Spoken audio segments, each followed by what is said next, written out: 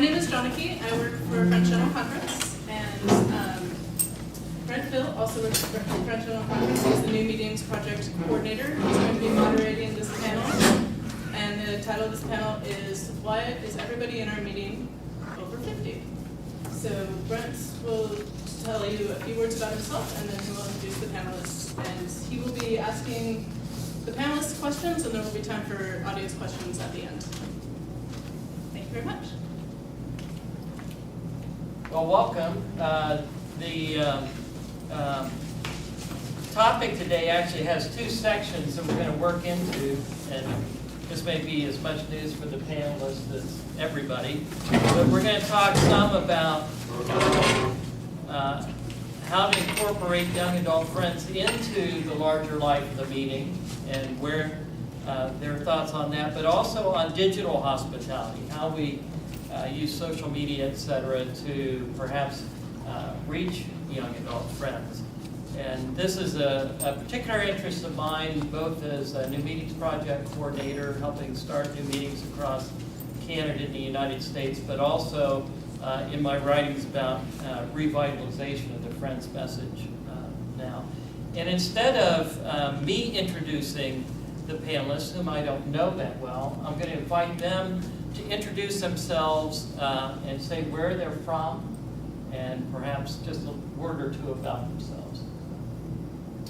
Hi, my name is Jossie Dowling, and I am originally from Tacoma Park, Maryland, and attended a Delphi monthly meeting as a teen, and then went on to go to be a student at Guilford College, where I was in the Quaker Leadership Scholars Program.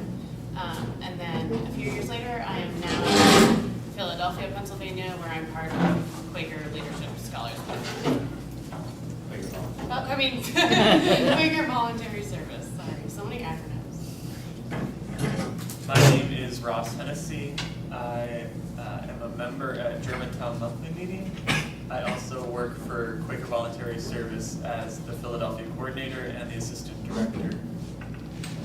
And we're part of our mission is to figure out just this question of how to bridge young adult communities where there is life with the existing meetings.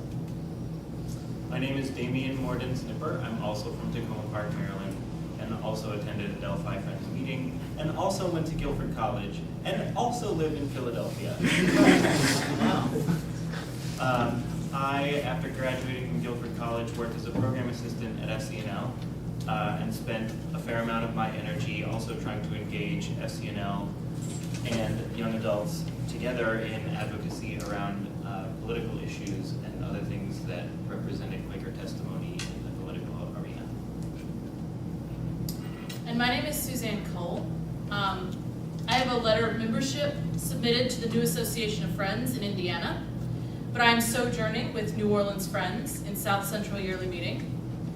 I am a convinced friend who has spent most of my time in very small and struggling meetings.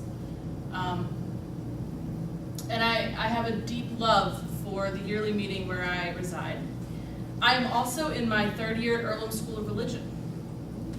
And I did not go to a Quaker college until now.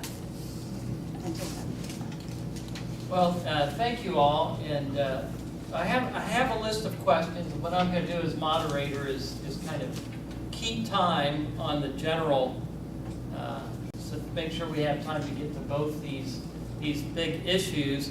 But each participant will have 2 minutes, and then the others will have a minute each for rebuttal.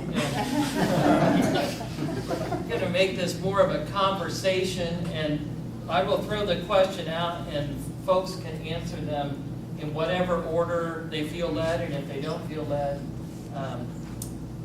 they don't have to answer. So we'll get to hear a variety of voices about a number of issues pertaining to young adult friends. One that is actually not on the question, and since I'm the moderator, I get to do whatever I want, I guess, is to, two of you I know grew up, it sounds, or went to Friends meeting younger? Not young? I just one. No, Just one, okay. So perhaps a good thing for the three of you, and then slightly different. What brought you to Quakers? And about what age did you come to be a Quaker? What attracted you? And in your case, since we are both grown up in the meeting, what kept you there as a young adult? So anybody can start with that. What brought you to Friends? And is keeping you here, sort of.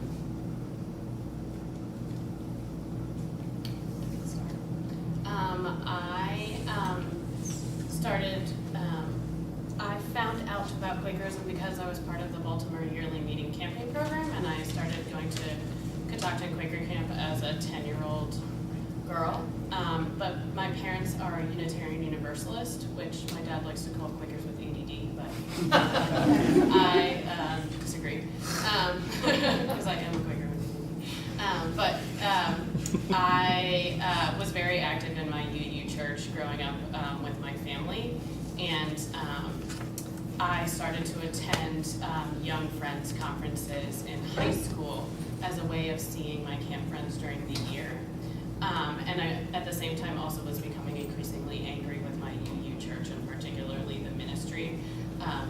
The ministers at my parents' church, I was hanging out with a lot of anarchists at the time, so I had a lot of problems with authority, and that included religious authority. And so I realized as I was going to these Young Friends gatherings that Quaker process and Quaker worship and a Quaker history and a lot of things just about Quakerism in general were really speaking to me in places where I felt lost and confused in the UU church. So I tell people that I converted to Quakerism when I was about 16, started calling myself a Quaker, and got involved that way. So I was raised in a Pentecostal charismatic church, and had lots of pretty intense and deep mystical experiences as a result of that community there. But the theology was one that really stopped making sense for me, especially around the time that we were escalating in Iraq and Afghanistan, and some of the churches I was visiting were sort of celebrating that. And so it sent me on a journey looking for a faith community that would encourage sort of like an internal transformational experience that also had sort of a history of peace and commitment to social justice. I have stuck with the Quakers because I really wanted mentors. I saw, it seemed to me that Quakers aged really well. So I thought there must be something to that. And so I've tried to sort of latch on to some of the folks that I've been most impressed with the lives that they've lived. Well, some of us aren't as old as we look. It's that being a Quaker has aged us.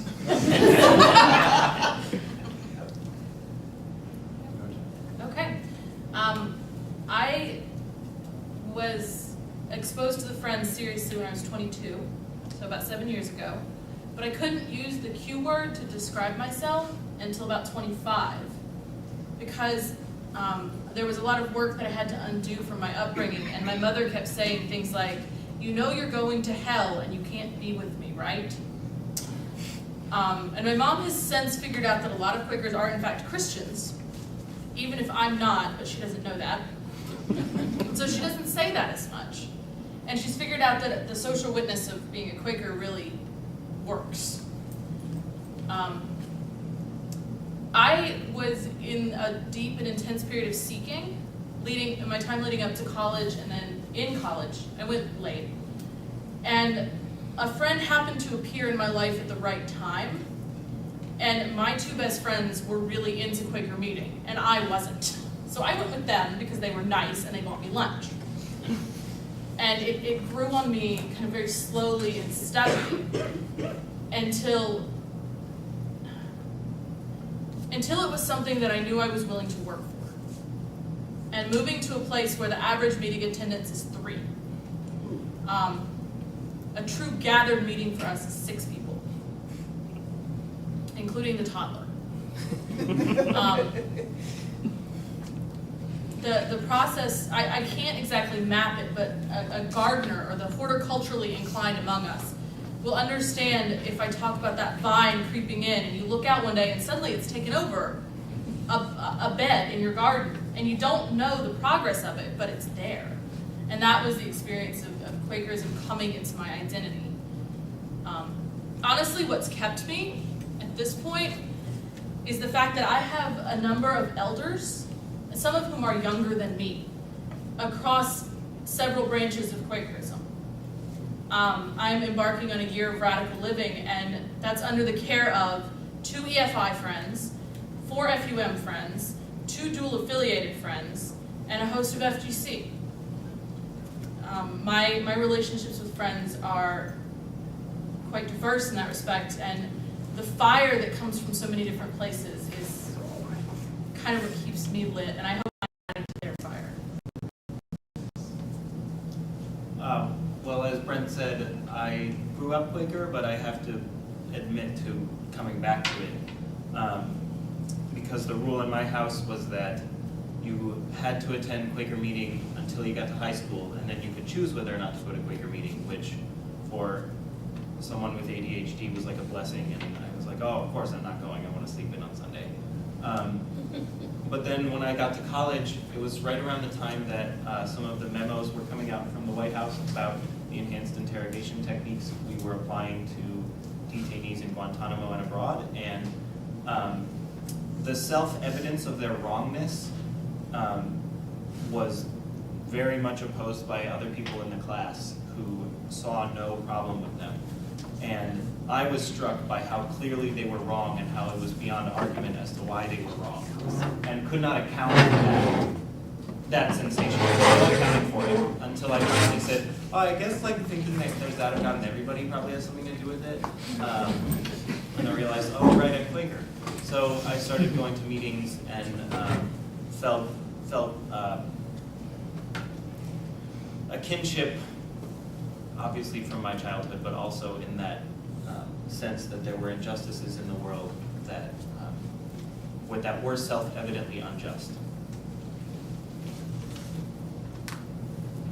Hope everybody's taking notes. If not, we do have the tape. One of the things that the working group that put this together brainstormed questions and things that we wanted to hopefully learn from. And one of them has to do with, do you feel like a fully participating adult member where you attend? And if so, when did you start feeling that way? Is the question clear? I want to make sure the question's clear. I have been off and on with my meeting for 4 years. They have told me they will not hear my letter of membership. I am in grad school and sojourned in Richmond for 18 months to receive a scholarship. And it was a wonderful sojourn. It was a wonderful time. But it was also the right fiscal choice to not take on an additional debt load when I was offered a full scholarship to grad school, which is unheard of in this country. I travel for classes and for conferences like this. I do pulpit supply to help pay my bills. So I'm able to worship 1, maybe 2 first days a month. My meeting will not hear my membership letter, which is why I have a membership letter with the new Association of Friends to be a member at large. I am not a full participant in my meeting. My clerk is maybe 6 years older than me. My yearly meeting is engaging me more than my monthly meeting. In fact, Liz Yates almost fell over when she saw me walk in. She was so excited.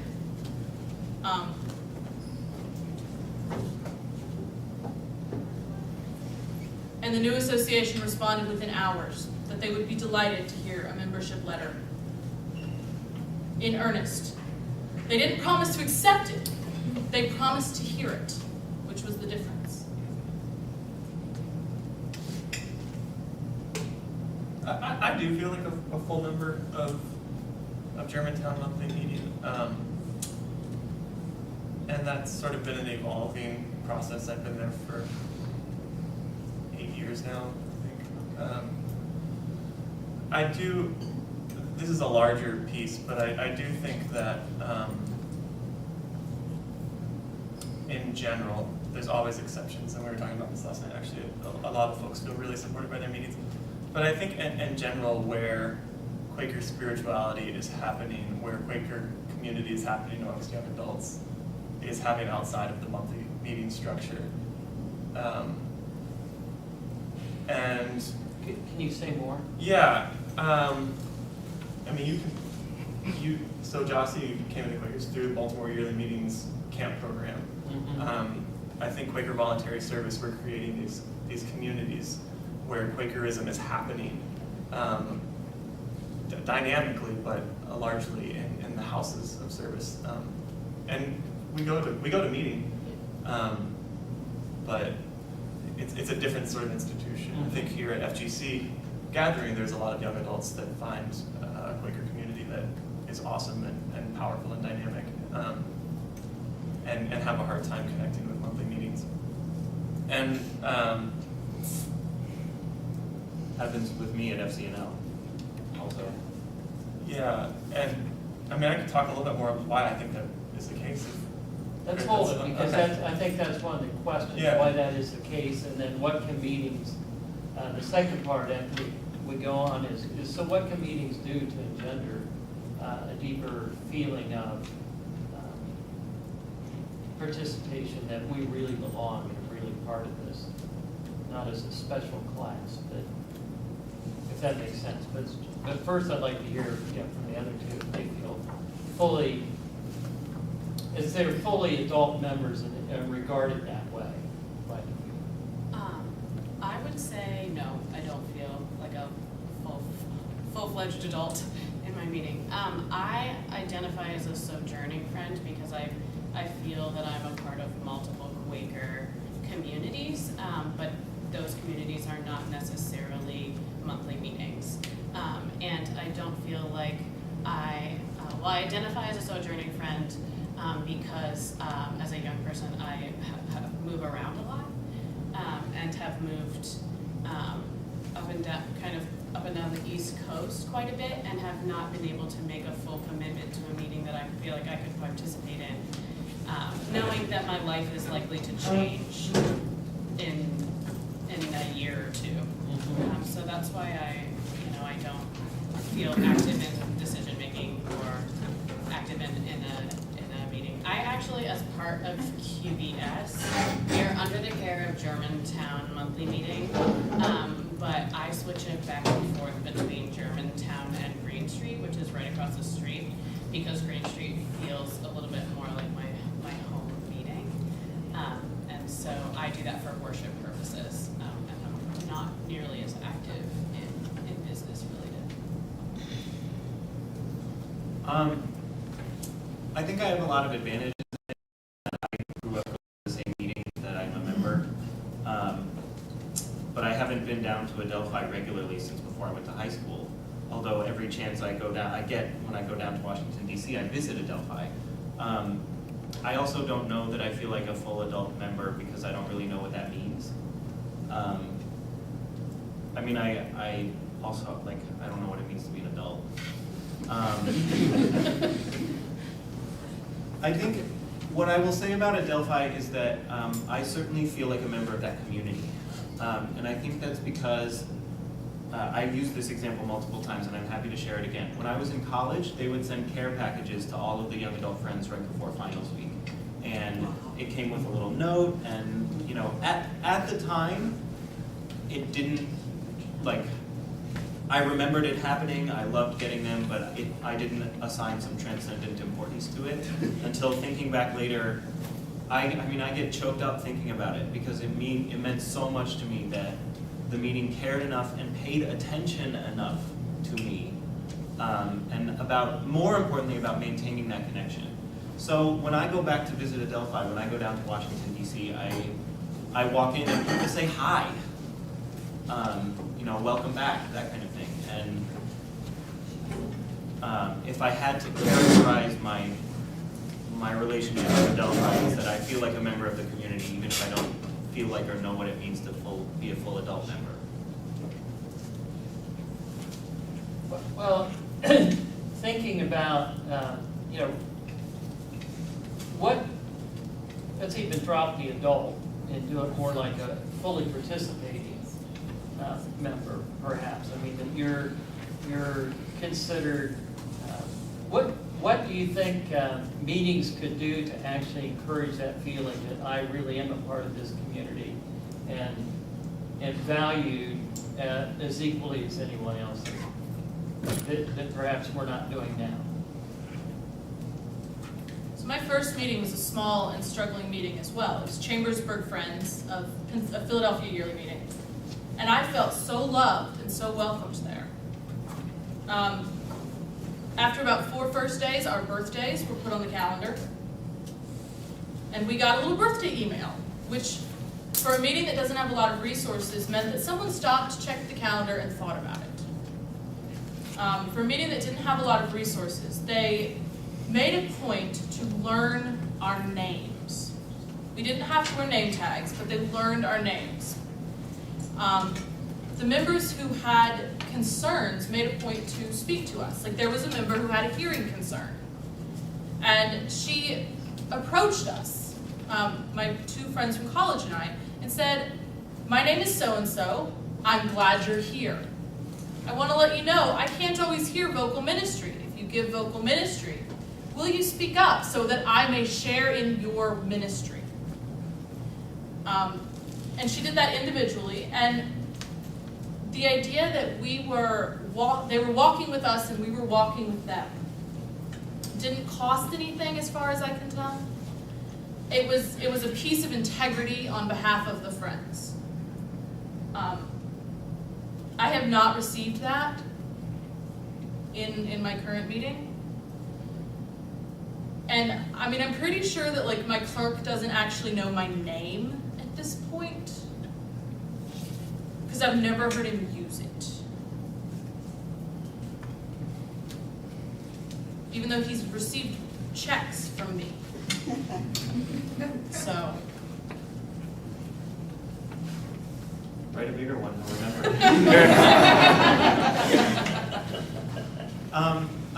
I think Suzanne said it very well. I think of it like the relationship is what's most important, and that the relationship doesn't necessarily cost money. Now, I feel a concern building among the audience that young people are transient and it's hard to maintain a relationship over a distance. And at its most cynical, why bother if they're just going to leave? And I will say right away that I'm guilty of not spending very much time at any one meeting in Philadelphia. Part of that is because there's so many, and I can make up any excuse not to go to any particular one for stupid reasons, like the room's too big. Although that one is a legitimate concern. But if you don't try to maintain a relationship in some form, then I think people will cycle in and out and you won't catch them at all. I think it was with you, we went to Green Street meeting and we signed a guest book and I got a handwritten note from someone with a little pamphlet about the history of the meeting, and that was really nice. That made me want to go back. Yeah, one of the things that we're asking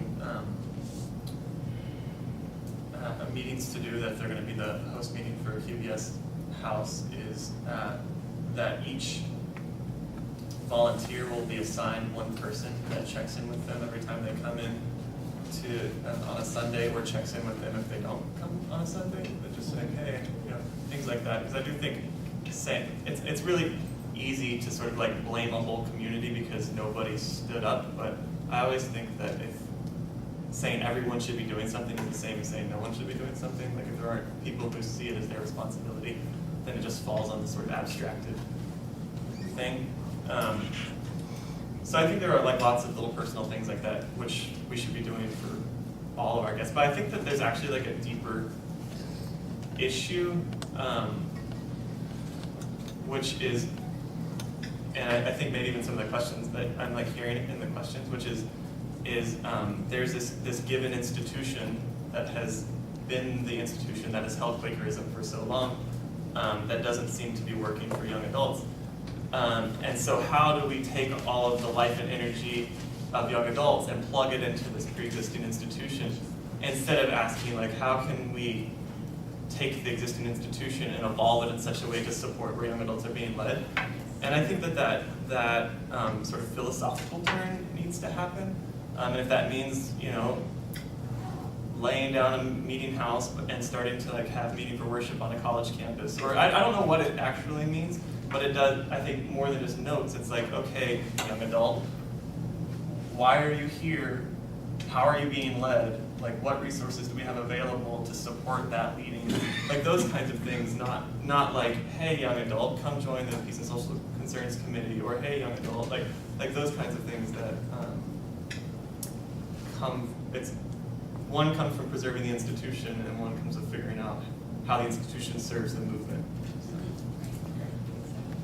I think what Suzanne said about walking with people really spoke to me. I really like the image that it comes to me with walking with someone as opposed to grabbing someone's hand and leading them somewhere. And I think that also pertains to what Ross is saying, where, you know, trying to figure out what young adults are interested in and how Quakerism can fit with that, versus telling a young adult, hey, we're doing this, how about you get involved? And yeah, that's all I wanted to say. I want to disagree a little bit with, only to say that occasionally in following my leadings, I want some institutional guidance. And I only bring that up to say that I don't say, let's do away with meetings, but let's, more gently than what you said. Yeah, sorry. I would say that it's been kind of it was more difficult for me to assimilate to the meeting culture of Germantown monthly meeting than I thought it would be. And I think I've somewhat figured it out in that, especially within Philadelphia yearly meeting, there's this like legacy of Quakerism in that part of the world, or in that part of the country, and Quaker institutions are so old there. And I think with other communities I've been involved in, they have been more politically active in what's happening now, rather than living in the legacy of Quakerism with abolition and the civil rights movement and the Vietnam War and that kind of thing. Does that make sense? Brent, I know you have some questions, but I think that it would be helpful to add here. I'm Meg Meyer from Baltimore Yearly Meeting, and I went with another member of our yearly meeting to a young adult conference. And the very first thing the young adults said to us, because we were saying, what can the yearly meeting do to be more welcoming? How can we meet your needs better? And I think that's, in fact, the wrong question. I do think that the right question is, how can the monthly meetings evolve, or the yearly meetings evolve Quakerism, and that it's not going to be us that answers that, and in fact it's going to be this group. But the way they framed the way that we were approaching it has not quite been so bluntly said here. The very first thing we heard was, I don't ever want anyone again to ask me when I'm going to be finished school, what I'm studying, what my job is, and the questions that are easiest for people to ask when people come to visit the meeting. And so we asked, what did young adults want people to talk about? And what they said was what is being said here, but a lot more directly. It was more, how can my spiritual life evolve? What is going on in your life? How did you react to the ministry today? Or what excites you? What is fun for you? That they want to talk to other human beings as human beings. And the reality is that adults in meetings often don't talk that way to each other. That these young adults are asking adults, directly and indirectly, asking adults in monthly meetings to be real, and to be real in a very direct way that's more personal than social. But let's kind of fold some of that in with where what we were going to ask next was the particular needs and challenges of young adults and wanting to feel true connection. And Ross, you alluded partly that you think that a number of young adults are finding it in other institutions, such as QVS and FCNL and other things. And so having heard this, and perhaps what meetings are doing with the Easy Way, what advice would you offer saying, here's why we find connection at these other places and what they're doing well? What are the things you long for in a current meeting besides, say, the birthday note, the care package, those sort of things? What are the things that would really say that, this is going to be my faith community?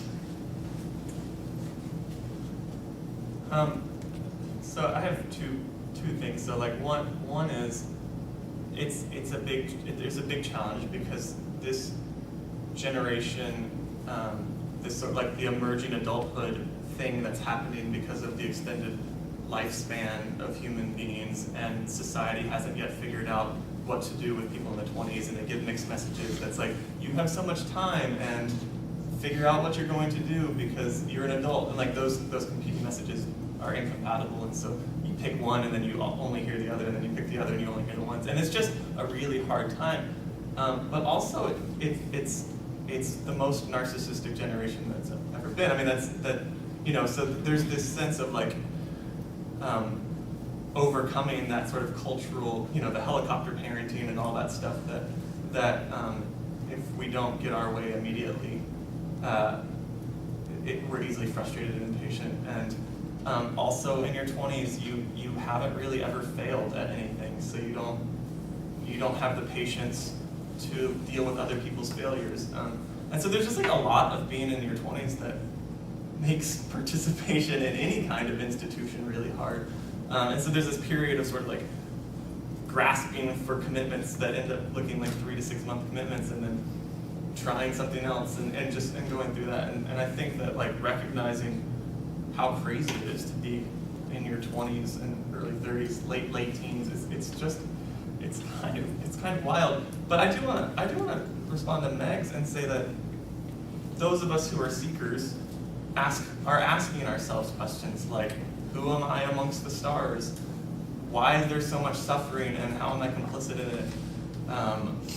Am I lovable? Like all of these like really big questions that sort of just hang there unspoken, and we want Quakers to have an answer for that, or at least point us in a direction. But we might not be having those conversations at the meeting level, or if we are, like figuring out who is having that conversation is really hard. So what feels like connection with the extra meeting, let's say, kind of organizations? Because you've all been drawn to different, you've got QVS, ESR, different things. What were the things that FCNL that said, this is, this could be my spiritual community. It's not the traditional meeting, but what drew you to those things?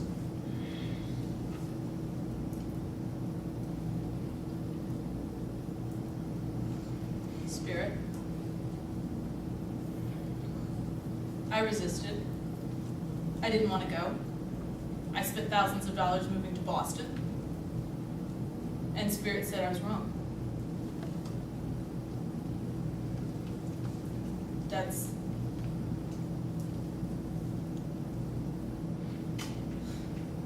It's so frustratingly vague, I know, to sit down and say, well, Spirit Community SR, but everywhere, I have had so much gathered worship there.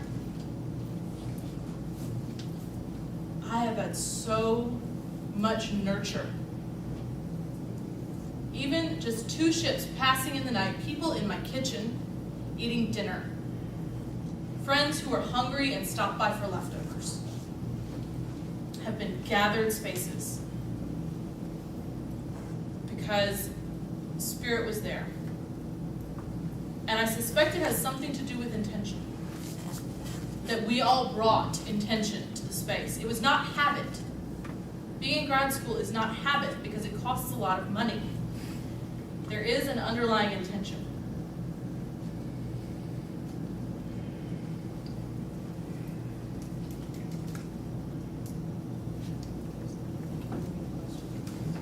Well, it's sort of, you aligned with organizations that seem to feed your spirit and your spiritual life.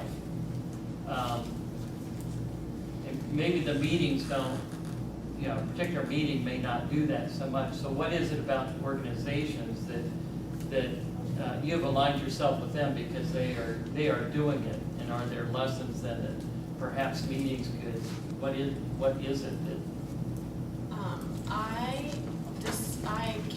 I decided to join QBS because I had been wanting to move to Philadelphia for 5 years. I was a part of QLSP at Guilford, which was really spiritually enriching, and my family in college. And can you say how it was? Right. So in QLSP, I was in a year level group that was made up of all different types of Quakers. So it was me, an FGC, a BYM Quaker that used words like light and love, and was very resistant to Christocentric language. And then we had FUM Quakers from the Midwest who went to church and had never been, and were in either programmed or semi-programmed meetings and were much more Christocentric. We had evangelical friends from Kenya. We had a Palestinian Quaker, and just like a very, very, very diverse group of Quakers. And for some reason, we all came together and were able to worship in different manners, a very diverse way of worshiping together, and we were our family together. And it was because we were exploring each other's forms of Quakerism and learning a lot from them. And I learned that it's okay to use the word God and that kind of thing. And I feel like I really developed over the course of 4 years. But then I also did AmeriCorps and was really active in community service and service learning work in college as well, and did AmeriCorps after college. And I saw QBS as like a way of bringing all three of those things together. Meeting for worship at Green Street in Germantown has been fine, but I think the forms of worship that have been the most enriching for me in QBS has been worshiping together as a house. So the people that I live with and the people that I see every day, once a week we come together and we have silent worship, and every other week we have a point person lead a worship, and it doesn't have to be silent worship. It could be listening to music, it could be singing together, it could be guided meditation, it could be Bible study. And that's like a way of sharing our gifts with one another and also exploring what else is out there in the form of worship. The other thing that I have greatly benefited from and that I love is we have a spiritual nurturer program, and I am paired up with another Quaker in the community that I meet with monthly to check in with and worship with, and was really, really helps me figure out what's on my heart and how I need to move forward with my life. And I've really, really loved that.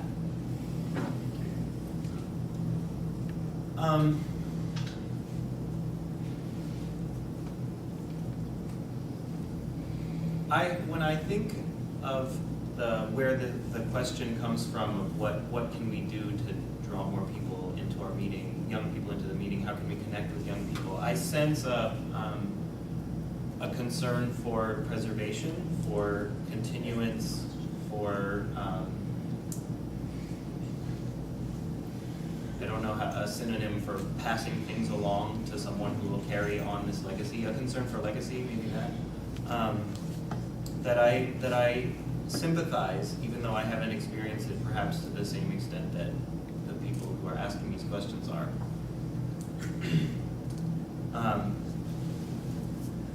But I also think that those questions might become more important than the ones that Ross mentioned, that how do we preserve suddenly becomes more important. Understandably, it becomes more important than still, why are we here? What are we doing? What's our purpose? I don't think those questions end at a certain age. If they do, I have concerns about my future. So I say that because I, as a member of FCNL staff, got to attend their annual meeting of their general committee, which is their governing body. And I remember sitting in I will describe the moment at which I felt so committed to that community was I was sitting in a workshop where they were revising the Statement of Legislative Policy. It's a long document. It describes the world that FCNL seeks. It's very broad and general and worshipful, and if you haven't read it, I cannot encourage you enough to read it because it is a prophetic document. It's the product of decades of discernment, and I mean that literally. So when I was a program assistant, they were revising it. They updated every 10 years. And I was sitting in this workshop about a section of the document that related to domestic policy. And there was a subsection about the rights of the District of Columbia. And the statement was something along the lines of, I'm not going to get it right, I should get it right, that was like the right, we recognize the sovereignty of the citizens of the District of Columbia.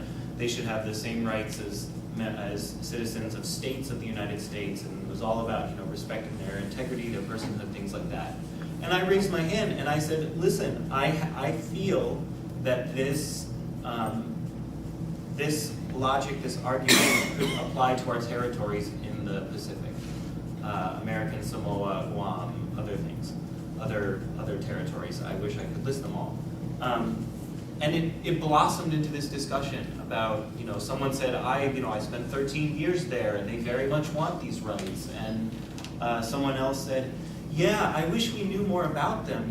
It seems like there's a similar kind of thing about this. And I sat there awash in awe that people sitting in a room in Washington, D.C. were filled with such concern for the world and for people that it overflowed from their bodies and extended halfway across the Pacific. That was a profound moment for me, and I felt, I said it before, I felt a kinship to that sense of concern, that sense of questioning and seeking and discernment, and I have found that in fits and starts in my monthly meeting, but I found it all the time at FCNL. Can I just add one last thing? So just practically, I think, there's no one answer for why a young adult would be part of a Quaker community. It's going to be different for each person. But I do think there's probably personality types, and so I was happy to be the only young adult friend for a long time because I wasn't looking. I had this other community of peers but a lot of people do want a community of peers, and so it's getting to that critical mass in a meeting is really hard. It's just a really difficult challenge to get to this point where a young adult walks into the meeting and sees people reflective that says, oh, I'm welcome here because there's 7, 8, 9 other people that like me. And so figuring out how to get to that point is really hard. It's just really, really hard. And I think that there's probably different ways to do it. I think Eric, I was told at Central Philadelphia, when anytime a young adult would come through, he would invite him and all the other young adults to go out to lunch together after a meeting. And so they would sort of build this critical mass that way. Even if you don't want to move your meeting to college campuses, but having info sessions at college campuses where you can sort of announce it and bring people all together at once and see this critical mass, and connecting with your local AFSC offices, stuff like that. Also, we have this huge aversion that I think we're going to survive. We have to get over of hiring people to do things. And so I just think if there is the 1 or 2 young adults in your meeting that have some basic skills and you want to give them $500 to be an organizer in your community, do it. And you'll have somebody that's so into your meeting and who will be going out and organizing for you, right? It's not evangelism. I just Have you done Red Fox and hireling ministry? I'd like to note that Strawberry Creek meeting hires, I learned this morning, hires high schoolers to get involved with their children, to keep the high schoolers looped into the meeting experience. And because high schoolers, am I remembering correctly, that high schoolers also kind of need some money sometimes. And this creates a goodwill relationship and continuity. And from everything Lisa told me, they are not ashamed to spend this money to support their community. So let me ask it this way. We've been talking almost as if young adults are a target market, which, they Are we not? It's all about you. I do feel like this conversation is very me, us, Feeds our us. nurses. Yeah, like give us this and give us that. Well, that's, yeah. I would just want I feel that way too, so that's why I want to switch it just a little bit. That, okay, as individuals, what would you like to say to your meeting if the clerk would dare call up and say, how do we support you as a person? What would you tell the meeting that you most need as a person? And if you can share it. Like one practical thing. Or impractical. I mean, what would you like them to know that would Give us really... a job with benefits. Again, we're back to the hiring thing. Well, I would like to kind of vocalize a challenge that I have faced with being maybe the only young person in a room of older Quakers. And it's something that I feel like I talk about a lot, and it doesn't just happen in Quaker meeting, but because I am a part of so many Quaker communities, it does happen a lot there. And I notice it, and it happened yesterday, a little story. Yesterday in my workshop, I walked into the room as an older Quaker woman was telling a high school friend how surprised she was that he was awake and up and ready to go to this workshop at 9 o'clock in the morning. And just talking about how late these teenagers stay up and how surprised they are that they can actually wake up in the morning to attend this workshop in the morning. And this was happening as I was walking into the room, and I said, that's ageist. And she goes, so what? Whoa. And then I said, well, that's offensive. And she goes, and I think that is kind of an extreme form of many of the microaggressions that younger people face by older friends, even if they're compliments, or even if they're, I absolutely hate it when old friends say, oh, you wouldn't know who so-and-so is because you're too young. Or this blah, blah, blah, blah, blah movie book was written or filmed before you were born, so you wouldn't know. And I feel like if we value equality and we value integrity, comments like that and minor microaggressions are not a way of valuing those things and showing your value for those things. And I'm going to say that sometimes it prevents me from going to Quaker meeting because I'm like, I really don't have the patience for someone to talk about how young I am right now. I really want to speak up for seeing people as people instead of their age. My experience growing up in Pacific Yearly Meeting, there was a period when our nominating committee wanted to have a young person on every committee. And they didn't talk to us about who we were and what we cared about. And I ended up staying away from my yearly meeting for years because of having been glommed onto in that way. I've had the very beautiful experience in raising my daughter that we were able to regularly attend the family work camp at Sierra Friends Center, John Woolman School, which is the only Quaker gathering I know that is in no way ageist, except by ability to do the tasks. So we all cook together.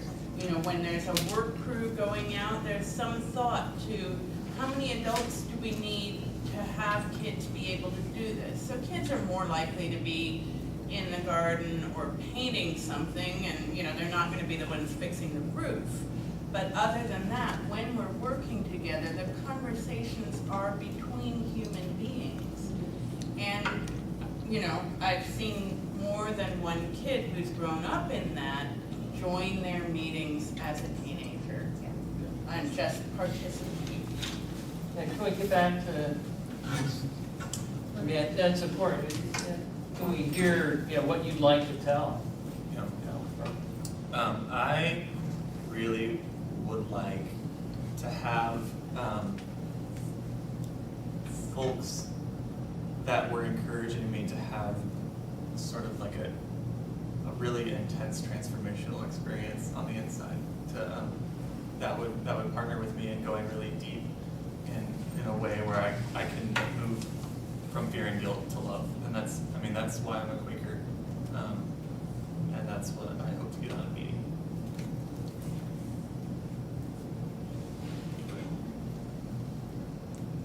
Friends, I am speaking from a place of deep pain and frustration, so I ask you to hold me.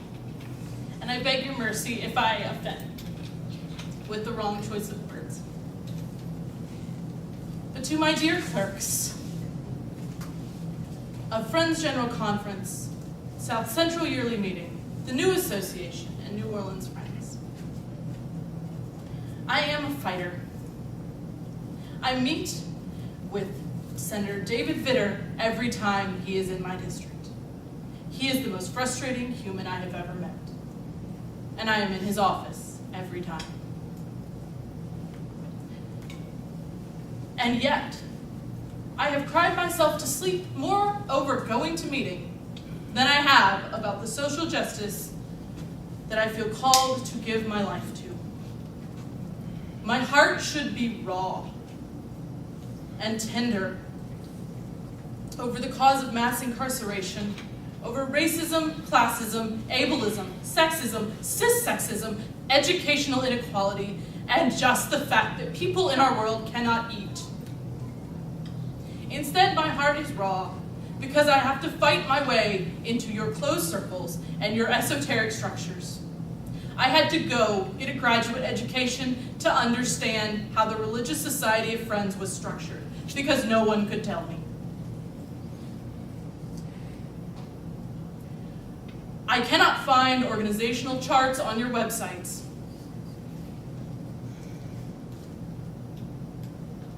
I have to ask and spend 45 minutes getting a diagram of 6 committees.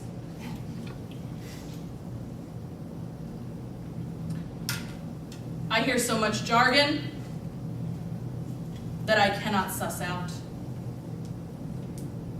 And I am fighting in what feels like a paper bag that has no end to bring my light and my life to your body.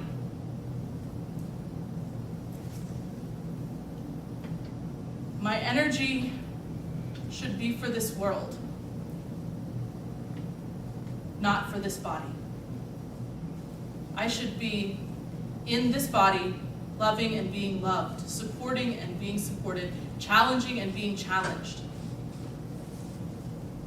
but spending energy on this world.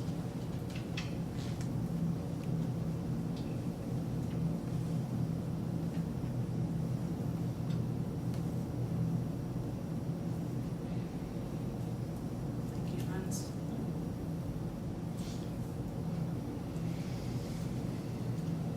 David, do you have anything that you want to say? I think a lot of it's been said. I will say that I think that young people have a responsibility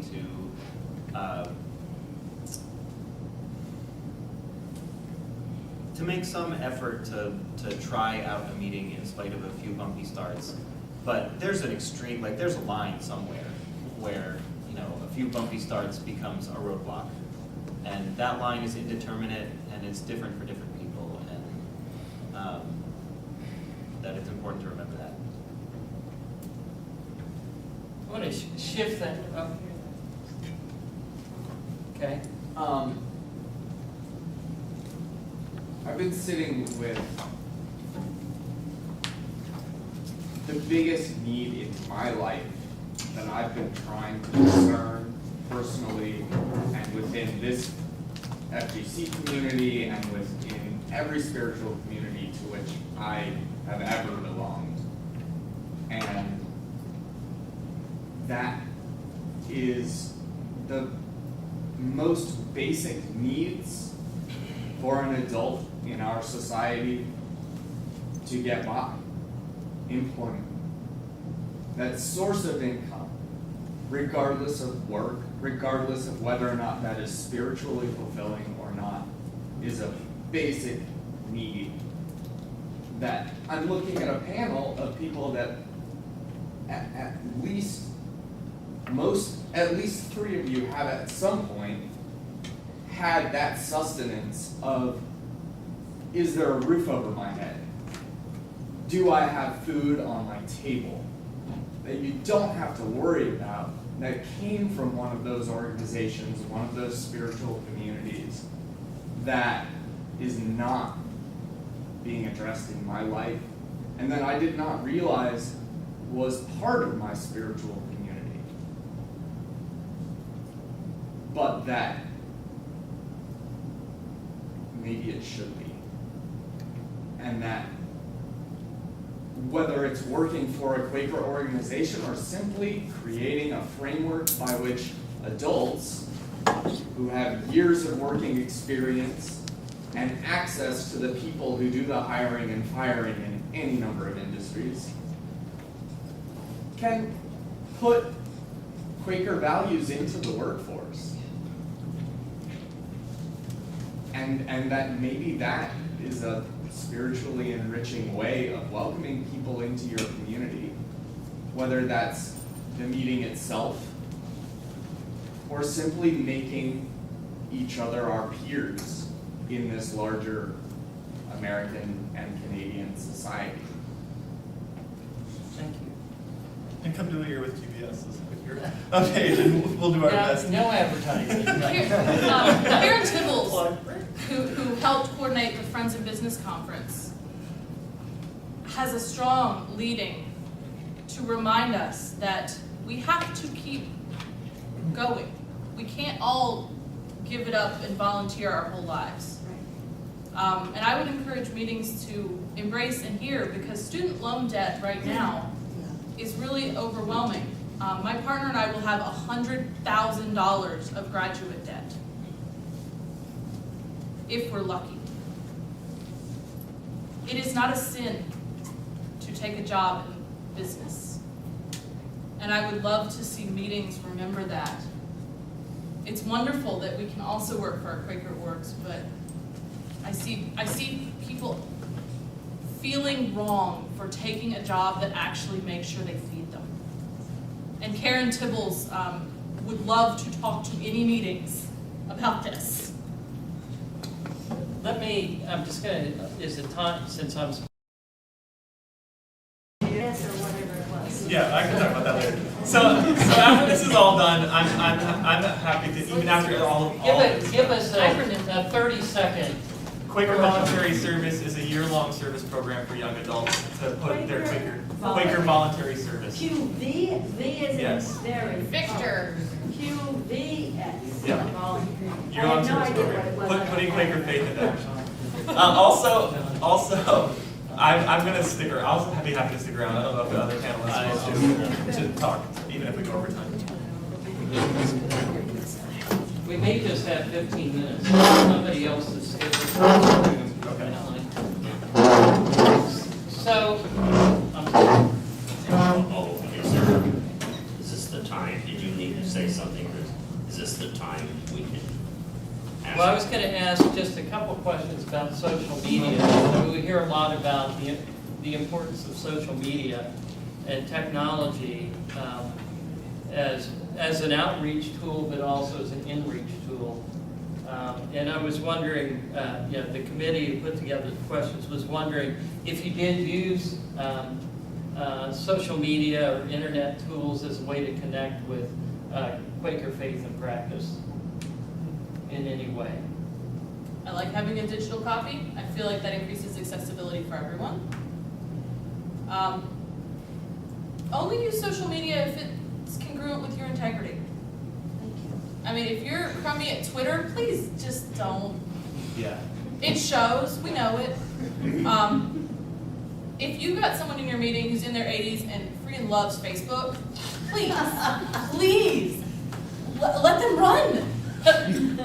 The integrity there shines through. And, Quaker Cloud exists and is free. Yeah, is it free? No. No. It's not free, okay. But it's Quaker cheap. It's cheap. There are lots of other places that host for free. Please have a website that lists your actual address, your actual hours and your actual name.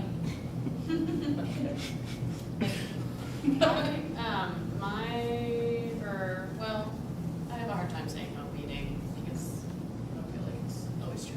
But Adelphi monthly meeting where I attended when I still lived in Tacoma Park, they have a Facebook group and they are active users of their Facebook group. And so if someone needs to step down from childcare that week, I always see it on the Facebook group. Or if Strawberry Festival is coming up, which is an annual thing they do, call for volunteers is always, they can utilize that Facebook group and it pops up all the time and I see it. For Quaker Voluntary Service, there's a digital newsletter, and every week we have a little corner that's in the newsletter saying what we're up to and little things that we may need help with. So we need a ride to the airport, or can someone help us find a lawnmower or something like that. So that, I don't know if email or newsletter would be considered social media, but it's digital. The internet, period.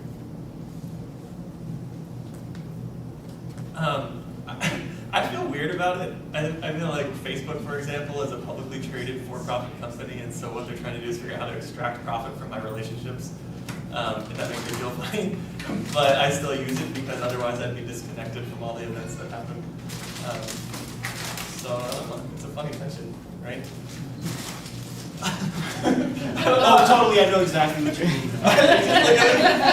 It's just, so like, I don't know, it's funny. It's a weird world. I just want to second what Suzanne said also, that like,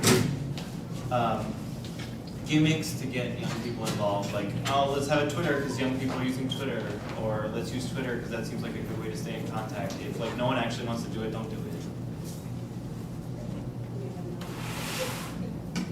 Do you all use it at all as part of your your Quaker connection in life? Or is it just, I gotta kind of check it out occasionally but it's not, are you reading Fox online or, what do you? Well, I think that I also subscribe to AFSC on Facebook, and that's how I stay in touch with them, because I can see the kind of projects that they're working on. In terms of spirituality, not so much, but Quaker activism, I would say yes. Okay.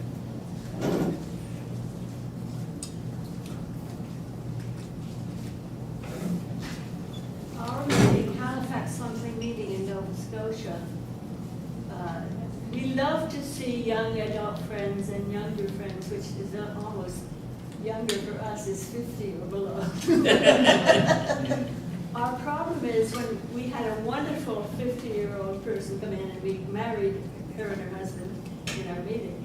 But our problem is when we see one of these wonderful people walk in the door, we just converge on them.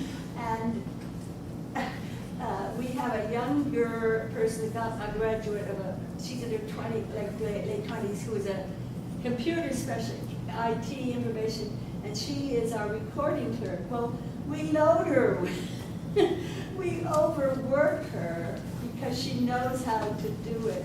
And I'm wondering, we do have young friends, young adult friends, but our problem is not to be too demanding. Well, that's our perception, perhaps. Have you encountered that?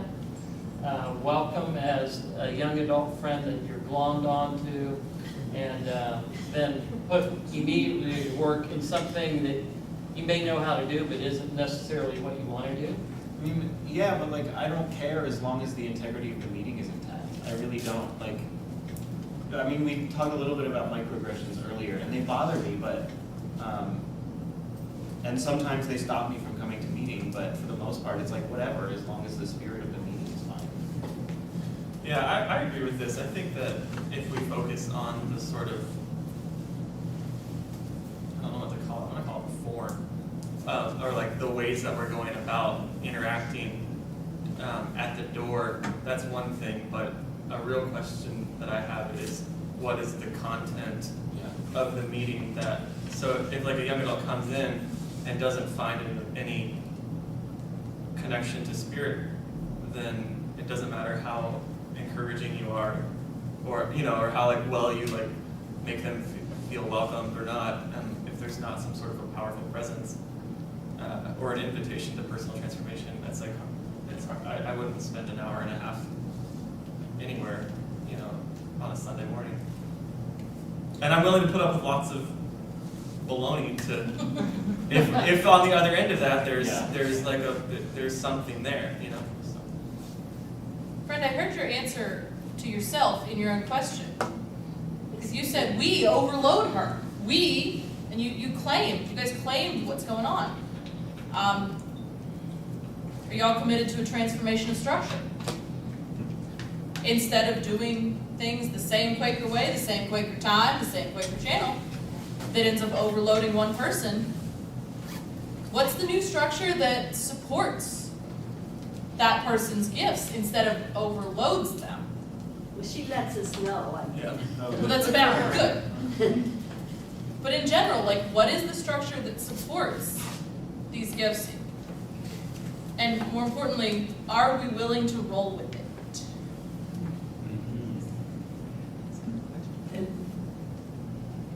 You've been wanting to jump in. Oh, no, I'm starting to realize that a lot of, well, I have an office job, so I'm on the internet all the time. And so I'm on Facebook all the time. So for Quaker Voluntary Service, we have programmatic days every other Friday, so twice a month. And we usually have readings. A lot of those readings are from Quaker bloggers. And we are reading, personal essays by them and their thoughts on something. Not all of them, obviously. Some of them are actually published pieces and, accredited sources. So I think that, the Quaker blogging world is also getting a lot stronger. One of the other QVS volunteers in Atlanta has his own blog that is dedicated to his Quaker spirituality and faith. So I think social media is kind of on the rise. People often ask me as a young person if I'm good with technology, and I always tell them, I'm a Quaker and I definitely fulfill the stereotype of being really bad with technology. I can't even turn the lights on without having a problem. And that actually happened to me in Germantown. I had to do a monthly meeting, I had to use the bathroom in the dark. Sounds like a Twitter feed right there. I know nothing about Twitter. I don't even know what it is. It was a lot of information that I could have done without. And I also I think the blogs are really powerful, and I think that the Quaker Speak videos that Friends Journal is putting out right now have introduced me to some really powerful expressions. Does everybody know Quaker Speak? No. Quaker Speak is a weekly series of videos on generally one person, but sometimes it's an ensemble around a Quaker topic. This week it's Noah Baker Merrill about not just the world as it is, but the world as it can be in prophetic ministry. And they're 4 to 5 minutes long. They're on YouTube. You can sign up at quakerspeak.com. And there's a transcript available of the entire presentation. There are some study queries or questions, but you can also capture the link off of YouTube and post it on your Facebook site or whatever. But they come out once a week. On Thursdays is the release date. And they're a project of Friends Journal in collaboration with Friends General Conference and Quaker Voluntary Service. So they're good.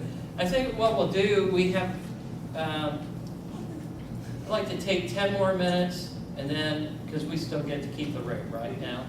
So we'll do 10 more minutes, and then I'd like us, because I think this has been rich for me, and our panelists have been so kind to be honest and revealing. It seems that was a spiritual trust, and that we should end with worship.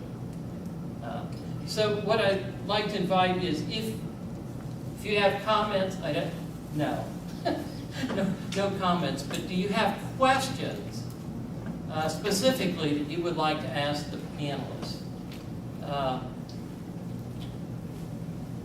Not necessarily about how can we do this, but something we haven't really gone deep enough in yet. Is that?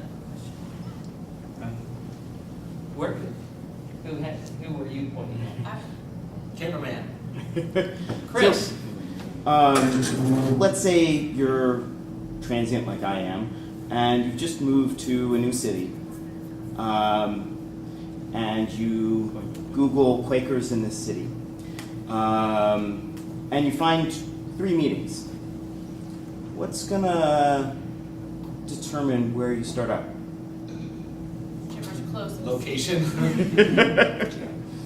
Yeah, geographical location. That's it? Literally, that will determine where I will begin. It will not determine where I will stay.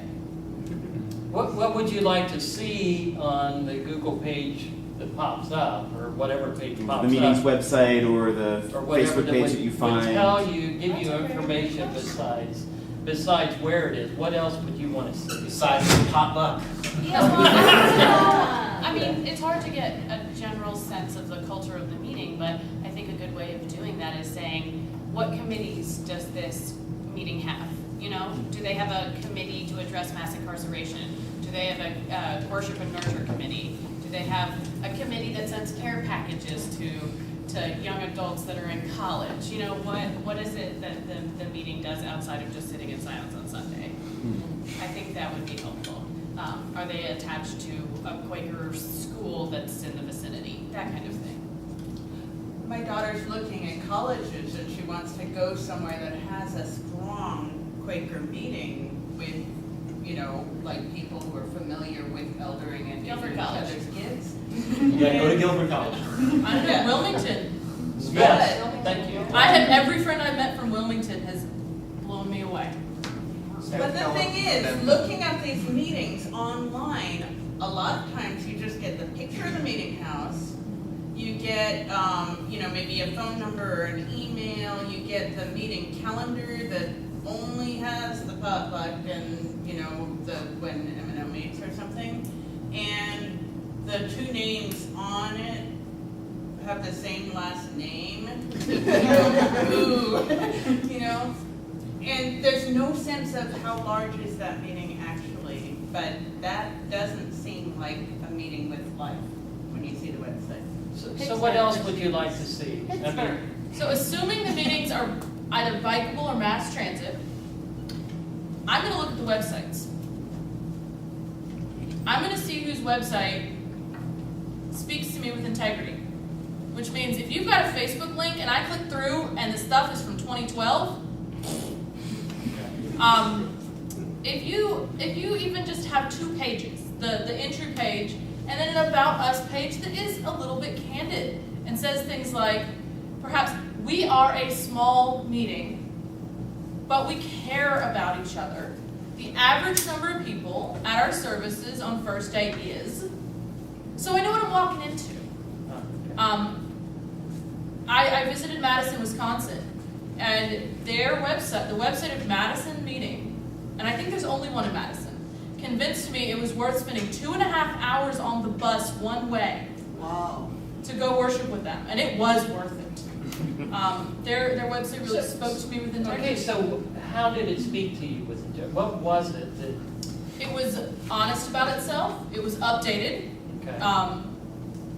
You know, I look for meetings that aren't bogged down in a ton of committees. I'm really sorry. The committee structure is from the 20th century. It served its time. I'm not sure it's still serving us. But a meeting that is responding, because Madison at that point Wisconsin was undergoing the weird governor thing. And Madison had some stuff on their website about actions they were taking, not just to protest this weird governor thing, but to support people. Like they had a food run, and they were taking food to people who were protesting.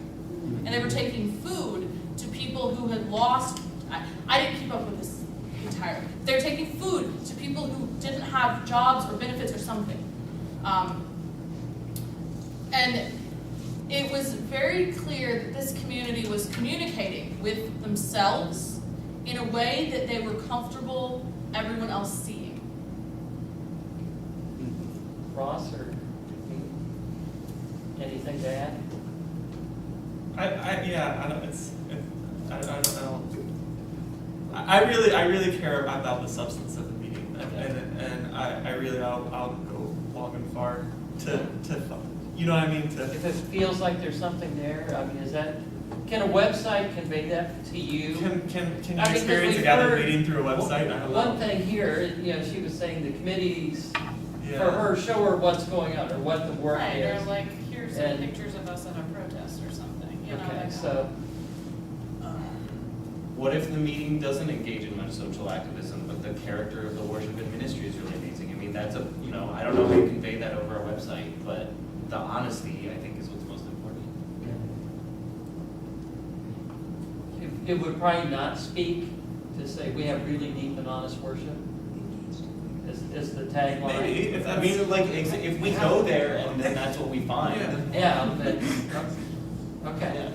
So have the integrity that your web pages or Facebook, whatever, truly reflects who you are, and you're not using, say, stock photos of Listen, I've done online dating, it's not a comfortable process. But honesty about it is, I think, most effective, at least in my experience. I don't know if anyone else has different experiences on online dating, but. Quaker catfish. Maybe we should do that. Meeting.com. Meeting. Okay, Quaker. I would not participate in this for the record. Dang, another But good I idea. had, If there was a Quaker dating website, I'd be on it in a heartbeat. Well, there actually There is. is no response. Yeah, I checked that. You haven't put a personal up on the message boards down in the Yeah. conversation Do it old school style, of course. So cute, I love those. What I was trying to say, in spite of my mouth,